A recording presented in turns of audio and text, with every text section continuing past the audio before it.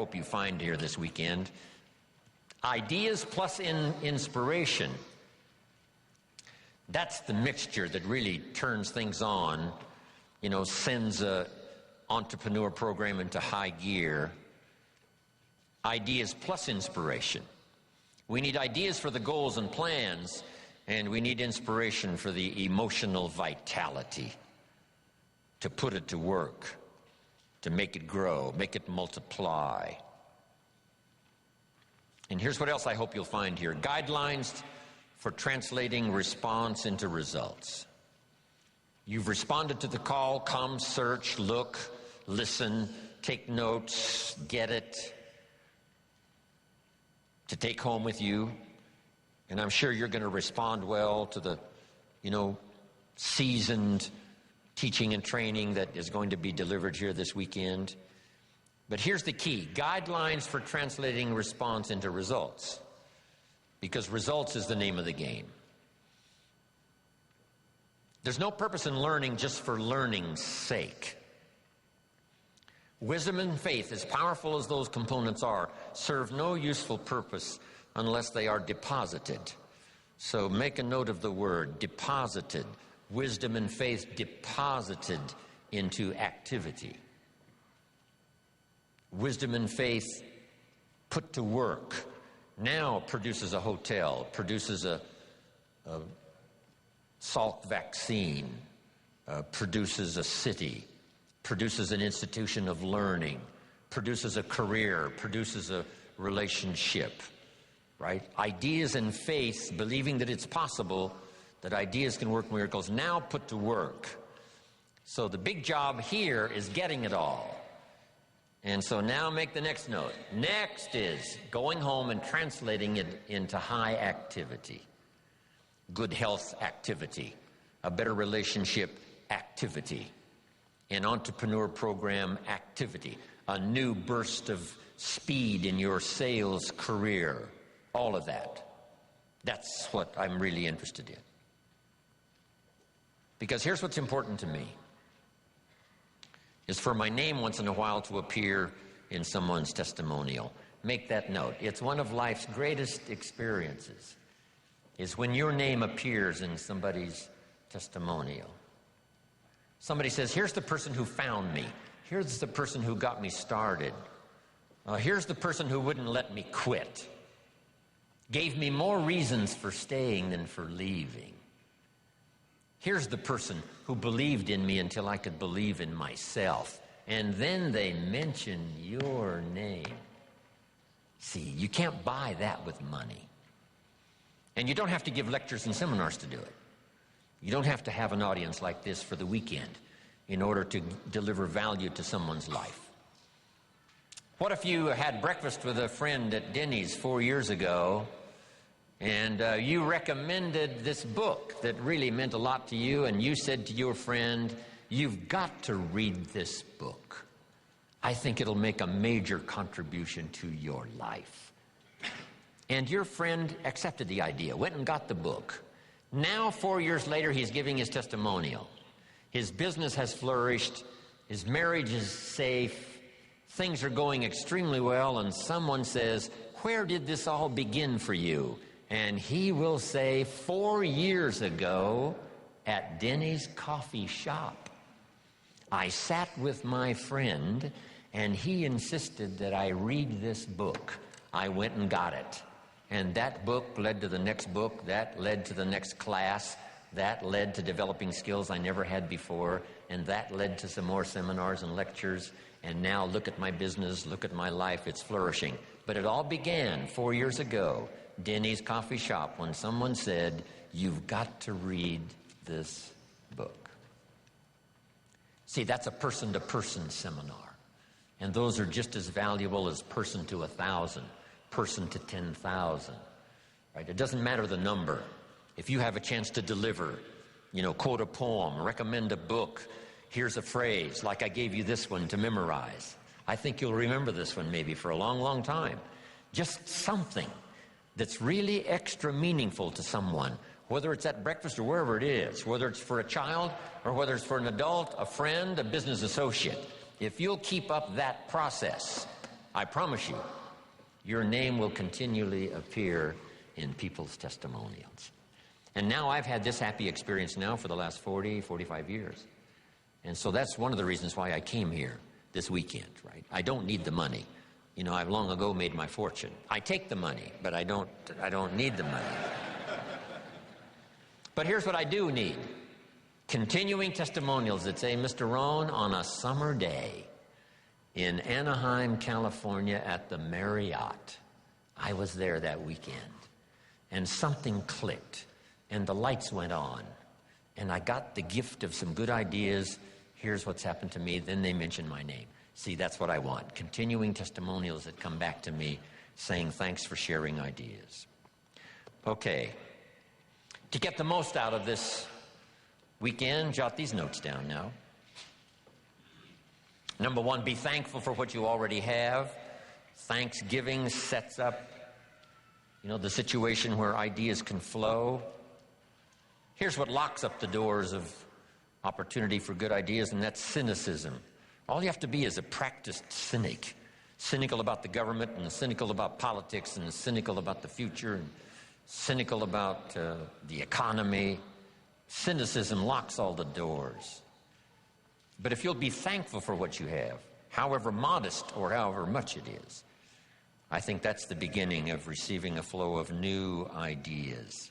Here's the next one. Be eager to learn. There's already some extraordinary success stories in this room. If we knew how successful, we would give you the podium. I would be happy to take notes. No matter how successful you are, be willing to learn some more. We in the Millionaires Club invite a billionaire once in a while to come talk to us. And he says, well, you guys are doing okay, but, how about stepping up, right? How about multiplying by 2, by 3, by 5, by 10? Come on, you've just gotten started.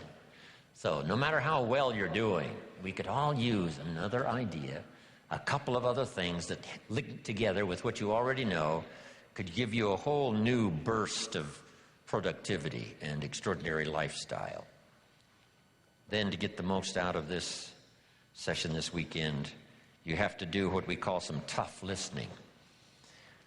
And sometimes it's difficult to gather up everyone's, attention because our lives really seem to be going on outside this room. A part of our life is going on here while we're here.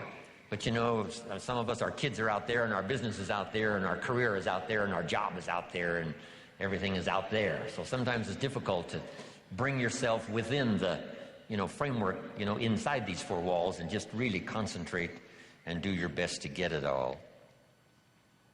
Because I know how meaningful ideas can be. The name Earl Schoaf, still rings in my mind. I'm 25 years old. After the Girl Scout story experience, I'm introduced to a man who I had a chance to go to work for, and over the next 5 years, the ideas he shared with me not only made me rich, but gave me the foundation for a long-term career of sharing ideas, building business, making profits, hopefully wise investments, made an extraordinary contribution to my life. This unique man, he only went to the 9th grade in school. So the things he shared with me over that 5-year period were very simple, very ABC. But that's where I got all of those simple phrases. Let me just review some of them for you very quickly. For things to change for you, you have to change. I kept hoping the government would change and taxes would change and prices would come down and things would get better. And then he said, for things to change for you, Mr. Rohn, you have to change. Wow, what a new revelation. Next, he said, don't wish it was easier, wish you were better. All of this started me on this unique journey of what I now call personal development. Here's another one. This is, don't wish for less problems, wish for more skills. It's not less problems that makes you successful, it's more skills that makes you successful. I tried to convince him by showing him my paycheck that I wasn't doing well, and I blamed it on the company. And I said, this is all the company pays. He said, no, that's all the company pays you. I thought, well, that's a new way to look at it. He says, doesn't the company pay some people 3, 4, 5 times this amount? And I said, well, yes. He says, well, then this is not all the company pays. This is all you get until you requalify, accelerate your qualification for the bigger numbers. See, that was all great revelation to me. I tried to convince him that things cost too much. He said, no, you can't afford them. All of these were new ways of looking at things. Unbelievable. And so I started listening to all this stuff. Now, some of the things that really accelerated my learning curve so that I could do better quickly was learning the success equations. Here's 3 of them. The first one comes from the Bible. The question was asked, 2,000 years ago in the Bible, according to the storyteller, what is the key to greatness? What's the key to self-esteem? What is the key to getting honors and trophies to put on the mantle above the fireplace? What is the key to receiving great respect? What is the key to wealth and abundance? What is the key to all of that, an extraordinary life? And here's the answer that was given, capsule form. According to the storyteller, the answer was, find a way to serve many people. Find a way to serve. Find the ways and means. Start rendering service. The more you serve, the greater your fortune. Service to many leads to greatness. Key. Next, John Kennedy. Speaking of politics today, we're surrounded by political speeches. Here was one of the best, John Kennedy, on his inaugural to be President of the United States all those years ago. Here's what he said, don't ask. Wow, don't we wish that was the current political philosophy? Where is John Kennedy? Where is he? John said, don't ask what the country can do for you. Ignore these promises of what everyone's saying, what the country can do for you. He said, don't ask what the country can do for you, but ask what? What could I do for my country? See, that's the whole turnaround in philosophical thinking. By asking, you receive so little. By serving, you receive so much. So rather than settle for the pennies of what someone could do for you, why not turn it around and find some way to serve? It's a pretty simple process. Here's what I taught the Russians.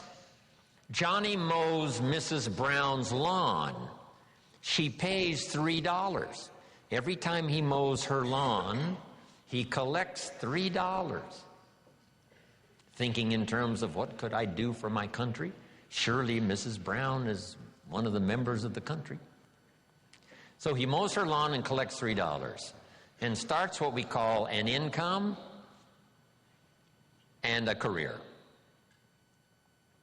Now what's next? And here's what the Russians were excited about. What if Johnny gets Pete to mow Mrs. Brown's lawn? She still pays the $3, but now Johnny gives Pete $2 for mowing the lawn and keeps $1 because he's the one that got the work. Now we have the beginning of an entrepreneur. Now we have the beginning of fortune. Here's a good note to make. I started part-time on a little adventure learning skills and disciplines, and here's what I began to say with my little part-time job.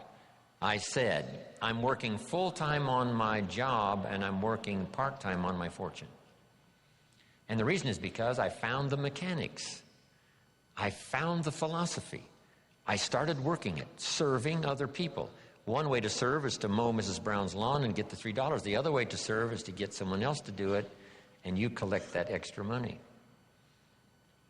Finding ways to serve. That's the key to wealth and greatness. Then here's the next one, and everybody knows this one. I heard Zig say it over 40 years ago, Zig Ziglar. And when he said it, I wrote it down, and if you haven't ever written it down, write it down. If you help enough people get what they want, you can have everything you want. If you help enough people get what they want, you can have everything you want. When I heard Zig say that, I wrote it down, and maybe you want to do this. Underline the word everything. That's what was intriguing to me about this sentence. So these are the success equations. This is the wealth formula from the Bible, from John Kennedy, from Zig Ziglar. Now, make these notes. In the journey of personal development, one of the first things to learn is the lesson of the seasons.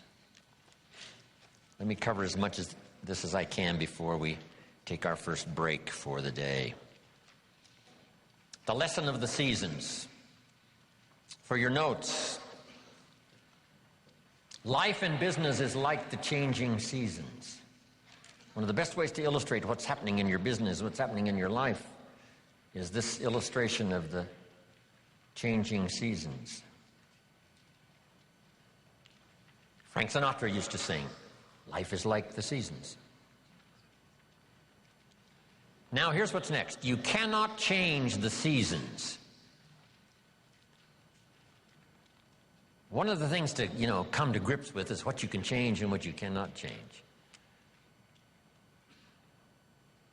You cannot change the seasons, but here's the next phrase, but you can change yourself. Therein lies the chance to live an extraordinary life, learning to change yourself. In an economic sense, my mentor put it this way: to climb the ladder of success as high as you wish to climb, here's the key: work harder on yourself than you do on your job. Work harder on yourself than you do on your job. He said if you work hard on your job, you can make a living, which is fine. But if you work hard on yourself, you could make a fortune, which is super fine. Then let's put it in philosophical language. Two things on economics philosophically. Here's the first one I learned. Your income is primarily determined by your philosophy. I didn't learn that until I was 25 years old. They never taught it in high school. I went to college one year and never heard it. Your income is primarily determined by your philosophy, not the economy. Then when I finally understood that, I got excited about it because I knew I couldn't change the economy, but I was assured that I certainly could change my philosophy. And I did that. And here's the philosophy. Success is something you attract by becoming an attractive person. Success is not something you pursue. It's something you attract. So the key to the better economic future is to become an attractive person with an attractive personality, an attractive list of skills, your knowledge of the marketplace, your ability to deal with a variety of personalities, all of those things that anyone can learn with a bit of study, practice, repetition. So the key is, you cannot change the seasons, but you can change yourself. But let's talk about the seasons, just in a brief outline here. Number one is the winter time. I don't know where we've caught you this weekend. Maybe it's spring for you. Maybe it's summer, you're toughing it out. Maybe it's harvest, you're cashing it in. If we knew the story, we'd let you lecture. But maybe for some of you, it's one of those winter times. Personal winters, social winters, economic winters. There's a variety. So what about the winter? Make this note, it always comes. So you got to be prepared. Hopefully you've done your homework. You're ready and prepared for this winter more than you were some others that have come into your life where you were less prepared. Make this note of a Bible story. It's very important because it's one of the great lessons of life. I'm an amateur on the Bible, but here's what the storyteller says. There were two nice people So make the note now, 2 nice people, not one good and one evil, but 2 nice people. However, and that is the drama of life. However, 2 nice people. However, one built his house on the rock, and the other built his house on the sand. 2 nice people. Meaning it's possible for nice people to be casual. It's possible for nice people to be careless. And sometimes you can be careless and lose your life. Not evil, just careless. In Los Angeles now, when the light turns green, if you're in your car and you're there at the intersection and the light turns green, you better not go. For 2 or 3 seconds, waiting for the maniacs that are running the red light, crossing in front of you, even though the light is green. That little extra bit of caution, rather than being aggressive, little bit of caution could very well save your life. Here's a father who loves his family. He's an honorable citizen. He makes good money. He contributes to the community, his church. He's a good man.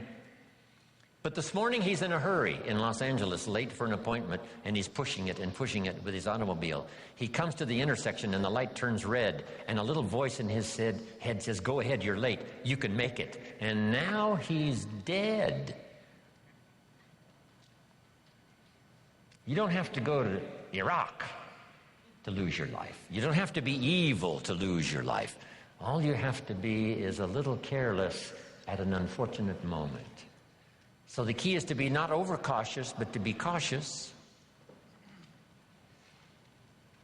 Don't build your house on the sand. Now add this note now. We're all tempted. When I was growing up, there was a cartoon of a little boy, and it showed this little boy with a little devil on one shoulder and a little angel on the other shoulder, both whispering in his ear. And the little devil said, "Go ahead and do it, it'll be okay." And the little angel says, "No, no, no, no, no, no, it won't be okay." "Yes, go ahead and do it." "No, no, no." How often does that occur for all of us? Every day. Go through the red light, it'll be okay. We must beware, okay?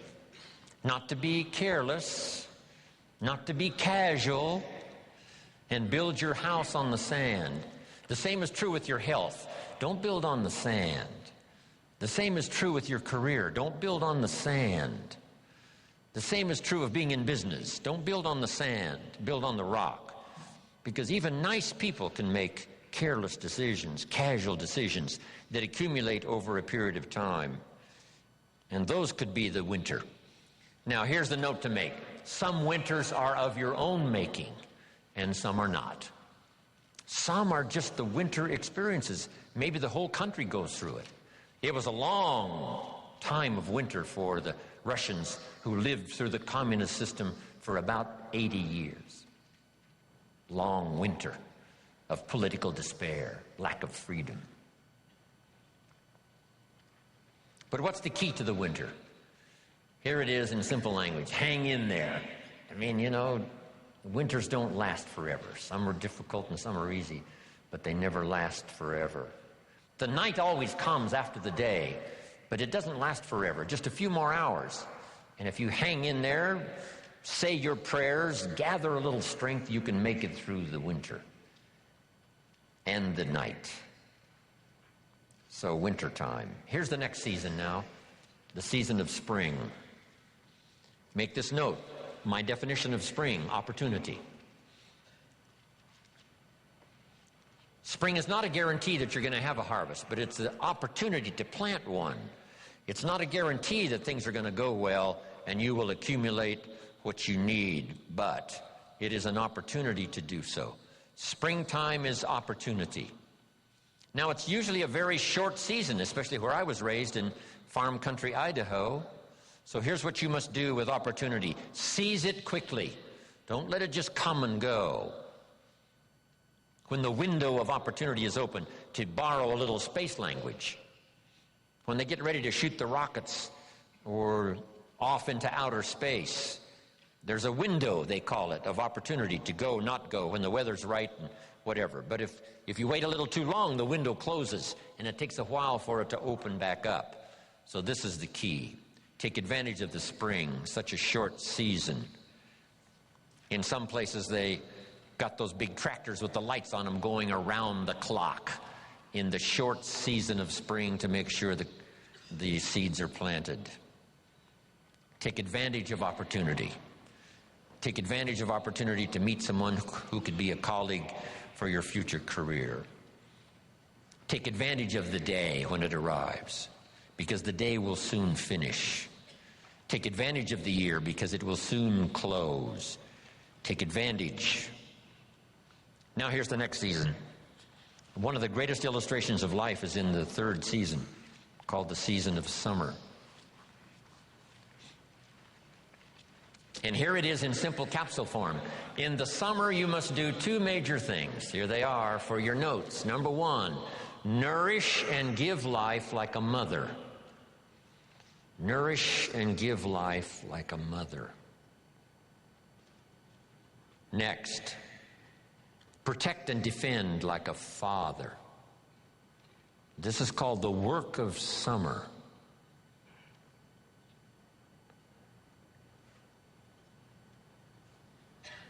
Give life like a mother. Take life like a father. Love like a mother. Hate like a father. Any father would say to whatever threatens his family, take 2 more steps toward this family, you'll cease to exist. I'm father. I protect, I kill if necessary. So you've got to nourish your garden, and then you've got to protect it by fighting the weeds and the bugs that are out to destroy it. As soon as you've planted, the busy bugs and the noxious weeds are out to take it. Now put this line in your notes, and they will take it unless you are extremely father-like and vigorous. You have to develop a hatred for evil. The old prophet said, love good and hate evil, because those twin forces are at work always.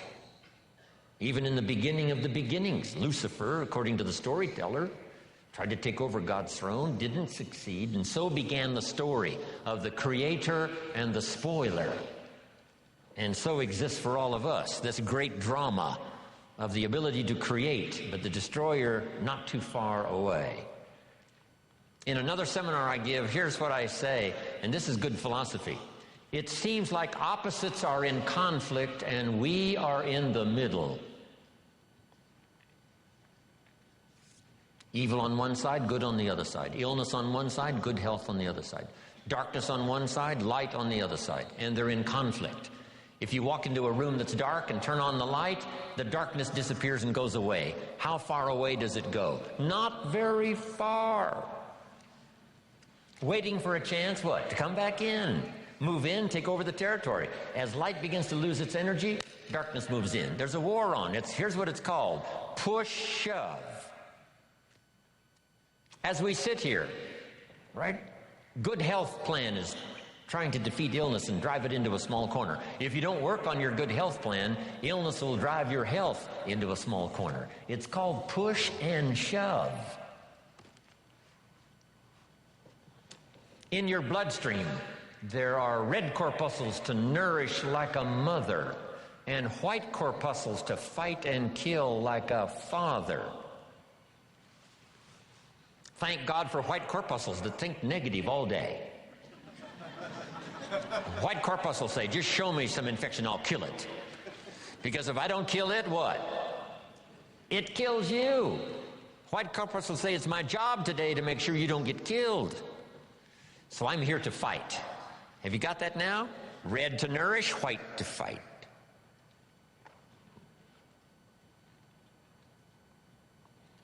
So here's the key now. Cooperate with the positive side of this war of health and illness.